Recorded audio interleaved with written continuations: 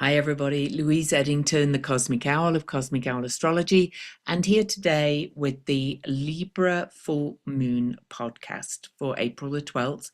But before I dive in, I would love to invite you to subscribe, leave me a thumbs up, check that little bell to get notified when I upload new content. And also, I would just like to mention that I have opened up YouTube memberships. You can check out the details if you want by clicking on the link below. I have two levels, and the $6.99 a month level opens you up to a once a month Ask Me Almost Anything call for members only that is recorded, and it has a form to fill out if you cannot attend live and so on and so forth. But just check out the details below. This is a new thing, so it's developing. So anyway, and it aligns with also with my Substack membership. So anyway, let's dive in. This full moon is just beautiful. It's called the pink moon. So pink. Venus guided, Libra full moon, and there's so many aspects and so much to say. So I've actually kind of tried to encapsulate it, right? So, but first, and as usual, I will talk about the numbers and I will talk about all the things that are connected with it. But I first pulled a card for this full moon, that's called the pink moon or the budding moon, or it's got that spring-like Venusian feel, no matter where you are in the world. And this is the card I pulled from the Red Threads Tarot that I've been using for my Venus retrograde class because it's beautiful. And look how pink that is. So I pulled the Eight of Threads card for this lunation, for this full moon. And this is a card of momentum, weaving, and sudden clarity. It often arrives when the threads finally click into place. Under this full moon, this card is saying the threads you thought were lost have only been waiting. Now move, speak, share, create, reconnect. The silence is lifting. The message is ready. So in traditional decks, this card is the arrows of love. But here they are not just romantic, they are soul intentions finally released. And that's how the card is really speaking to me. But let me give you from the actual, book that came with it. This is I Am Dynamic. This is your red thread of movement. The energy of creativity is like a fire that transforms all kinds of obstacles into opportunities for dynamic new growth and advancement. And that was by Daisaku Ikea. And a Rumi quote as well, which is always a good thing to have. In each moment, the fire rages. It will burn away 100 veils and carry you 1,000 steps towards your goal. So this is an extremely dynamic full moon. Full moons are generally completion, but they're also, if you think about it, the moon and the sun facing each other, the lights at their fullest, both of them, the sun and the moon, at their most heightened energy. This is a time where you are really dynamically asked to step forward. And we have to look where this is coming in from the path that we are emerging from.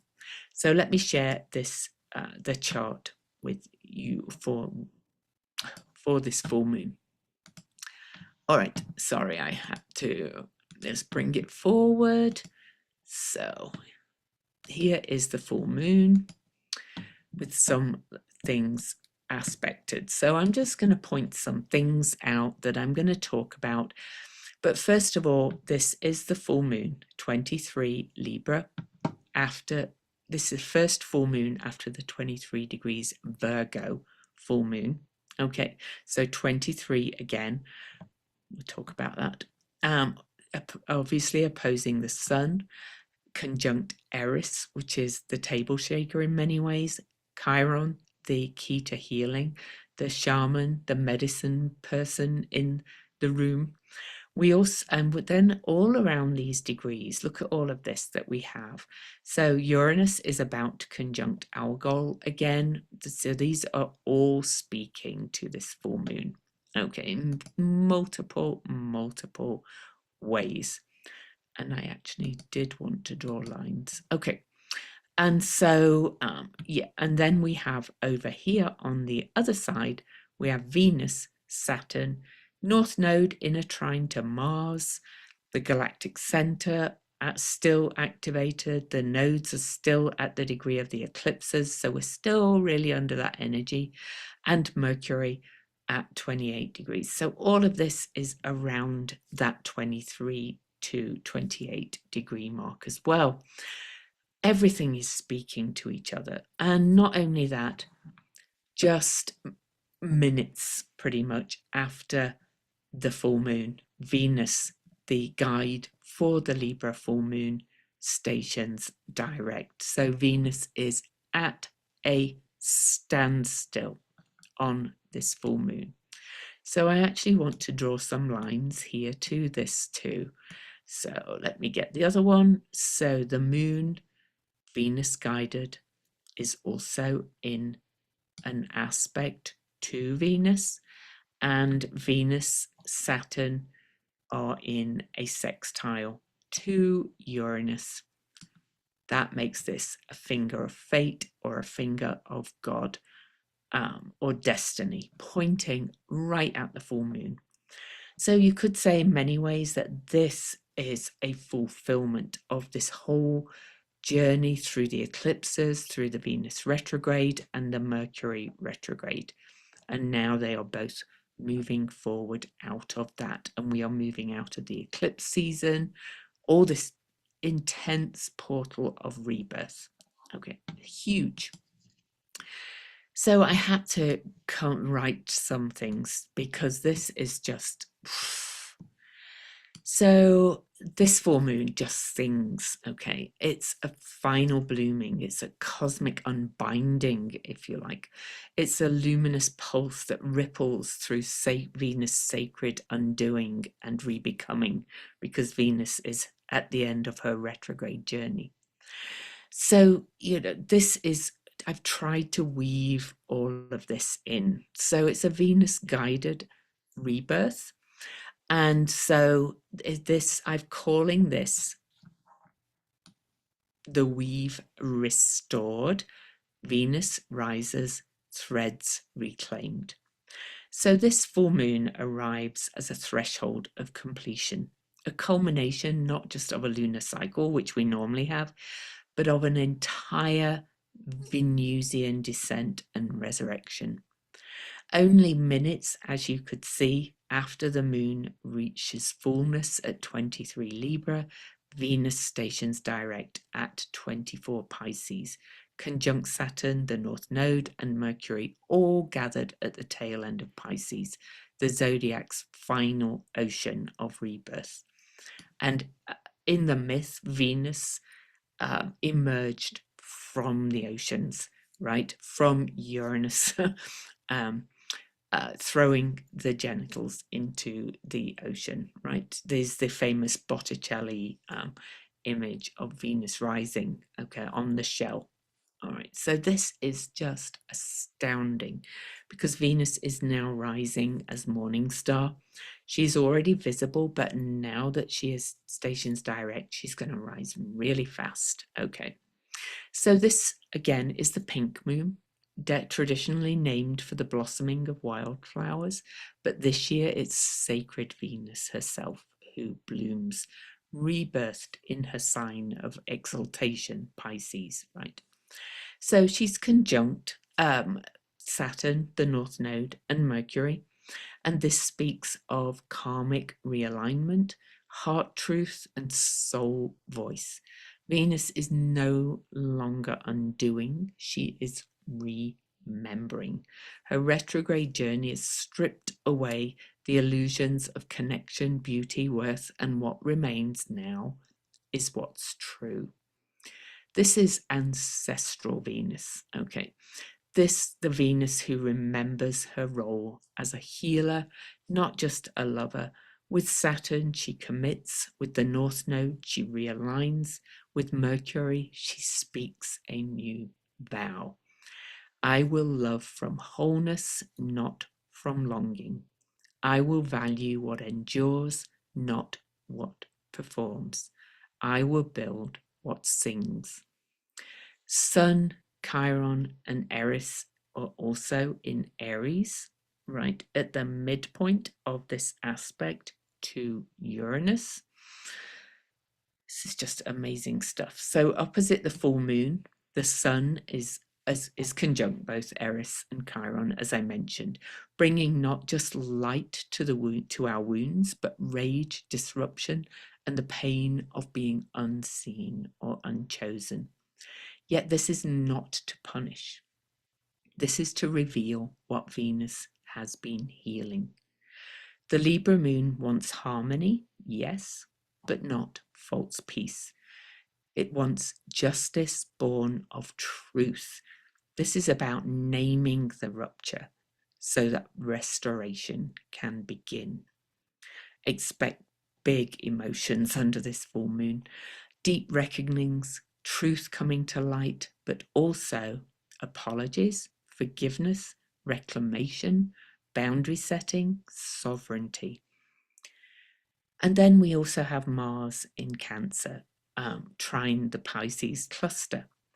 Mars offers divine protection, embodying courage and emotional leadership. This is Mars not as a warrior, but as guardian of what matters. His trine to Venus, Saturn, and Mercury brings action into alignment with compassion. This trine activates sacred masculine support, whether from others or from within yourself. This energy is saying we rise together, we soften to heal, we choose love without losing strength. Mars also forms a quincunx, which is an aspect of adjustment to the galactic center, which is squared still by the lunar nodes. And this is signaling a deep recalibration in how we act upon cosmic truths. There's something way beyond ego steering all of this journey. This is just astounding, the journey we're in. And then we have Uranus. And Uranus is at 25 Taurus, one of Venus signs, near Algol. And if you remember, it is in aspect to Venus and Saturn in the sign of Pisces, both pointing at the full moon, the Libra moon. So this adds a wild card, a flash of revolution, a sudden break from bondage. Near Algol, it can stir old stories of decapitation, not necessarily literally, but where you feel like you were decapitated, silencing divine feminine rage. But in the light of this moon, it becomes a channel of liberation, cutting of threads that no longer serve, a return of the head to the body, a restoration of vision. So this full moon is a completion spell, a Venus rebirth rite, a portal to aligned action. Let go of old stories of your worth. Reclaim your right to beauty, truth, and connection. Speak what your heart has been weaving in silence. Let love become a structure, not just a spark. And most of all, allow the restoration. This is a moon of justice, not vengeance. Love, not illusion. Truth, not performance. Let yourself rise. Let the thread be whole. Now, this is just, honestly, this journey has been speaking to me in so many ways. And at this full moon, I'm going to offer you I'm going to, am I going to do this now? No, I might record this separately. I've been called to write more poetically since this time through running the Venus retrograde class myself. But I do want to add, before I talk about that, that this is also at 23 degrees, which is that most human of numbers, if you remember. It's the number of pairs of DNA, the number of pairs of chromosomes we have in our DNA, the number of digits we humans have. And Venus is, of course, most related to our humanness as well, and our earthly presence. So all of this has this real kind of rebirth kind of energy of just we are new beings. You know, some people think that the 24th chromosome is being reintegrated. I don't know anything about that. That's kind of a thing that's out there. Maybe so. And maybe that's a lot to do with like Saturn being at 24 degrees. But I do want to read you the symbols for this before I finish with this kind of closing invocation about the threads that are being woven on this amazingly beautiful full moon. And please wear pink during it, because it's just beautiful. You are budding, you are flowering. Okay, so I'm going to read the Sabian symbol first, which kind of spoke to me because of that thing about the reborn in a different way. I've mentioned that our DNA is changing. I don't know about the 24th chromosome, but I do think we as humanity are going through this huge rebirth of consciousness and expansion. So the Sabian symbol for this full moon, we always go up, so we go to Libra 24, is a butterfly with a third wing on its left side. Wow, right? The ability to develop for inner strengthening, new modes of response to basic life situations. That is Dane Rudhyar's interpretation. So Dane Rudhyar says the butterfly is the ancient and traditional symbol of the results of the process of spiritual rebirth. If the butterfly has 3 wings instead of 2, a special development of an aspect of the spiritual life is shown. 3 is a symbol of fulfillment. It's also the number of mind, body, spirit.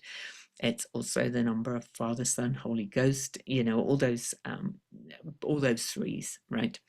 Some power has been added to the normal spiritual life of the individual person.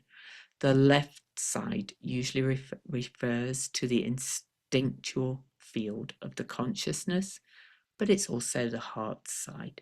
A new strength is shown, perhaps as yet unrealized. So he says as well, so what is implied here is that the contact with the revivifying life force can result in the appearance of a new faculty, the use of which may not as yet be consciously evaluated. Indeed, it is the establishment of such a contact which constitutes a technique for original mutation.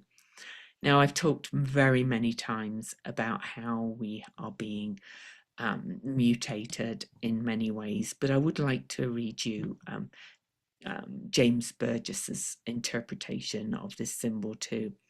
Again, it's the third wing on the left side of the butterfly, and this is an exceptional facility of consciousness. An unusual level of spiritual awakening can be achieved by serious seekers who then become the seeds of a general evolutionary step.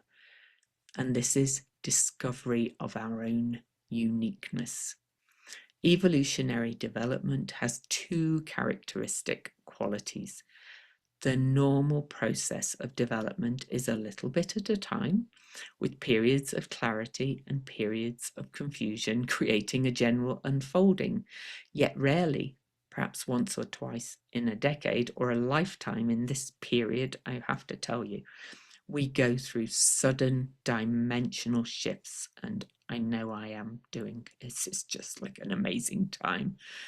When a veil is torn from our eyes and we move up the spiritual mountain in leaps and bounds, life is never the same after this dimensional shift. And we never lose the expanded awareness. The more profound versions of this are called by Sufis Makam shifts, Maqam, and I need to look up that before I read the symbols from Ron Sandbach. So a Makam shift is in the context of Arabic music, and if you know that Sufis dance, okay, there's Sufi spirituality is very interesting to study, but a Makam shift refers to modulation or change from one Makam, a musical scale or mode, to another, a common technique used to add variety and complexity to melodies. Now, if you think about this Makam shift in terms of the music of the spheres and the music of life and the music of creation, which is what Venus is, right? This is a big spiritual shift. When I look it up, it says Makam refers to a spiritual station or stage on the path to God. And while the number and order of these stations can vary, there are various ones. I'll let you look them up. But we all have, I've talked many, many, many times about this being a massive shift in our spiritual consciousness, whatever you want to call it, connection, all of these things. This is just amazing, right? So, but we are on our path to our connection with Source in a way we have not been before. We as humans are shifting in just this massive change, and it's very disorienting, but also very cleansing and awakening. So all of this speaks to this. Okay. So anyway, I'm going to read you John Sandbach's symbols. By the way, apparently I'm going to write my own symbols at some point as well as my book on series and all the other things. All of this has been coming from this period. Okay. But Libra 24 as Venus stations direct, right? Gemstones buried in the ground in the pattern of the constellation Orion. And he says that this is interacting responsible. And the degree angel is Mitzrael, which is freedom, internal reparation. He says this degree has the ability to bring harmony to any and all situations, and inner guidance is at work here, even if it isn't consciously recognized. What cannot be accomplished quickly or directly can be covertly urged in many different ways, which can eventually break through blockages in relationship. Nothing here happens fast, but given time, it can happen in a full, complete way. The Chandra symbol for this degree is a chameleon, shape changing colors, right? With moving pictures appearing on its back. The chameleon symbolizes the fire elementals known as salamanders. This is a fire card. Oh, good grief. This degree has the ability to relate to anything and everything in every way possible. At its highest, it is a universal healer and can turn everything into a medicine simply by reflecting it and thereby heightening the self-awareness of others. There is a great lack of stability here, but the question is stability always something to be desired, When stability is let go of, then the forces of creativity and change are allowed to come in and transmute situation. The omega symbol of this degree alludes to the fact that there is a hidden quality to this degree. And just as the gemstones are hidden through being buried, the chameleon disappears beneath what it reflects. So in the Pleiadian symbol, which is the rechanneled Sabian symbol, he says it's out of a cocoon, more and more butterflies emerging. Oh my goodness. And the Azoth symbol, which is the root, basically, is a table of the movements of invisible planets. Oh my goodness. Now, I actually do want to read you Elias Lonsdale's interpretation as well. In his book, Inside Degrees, he also interpreted John Sandbach's symbols. And John Sandbach himself likes his interpretation. So a chameleon with moving pictures appearing on its back. He only looks at the at this symbol in the online portal.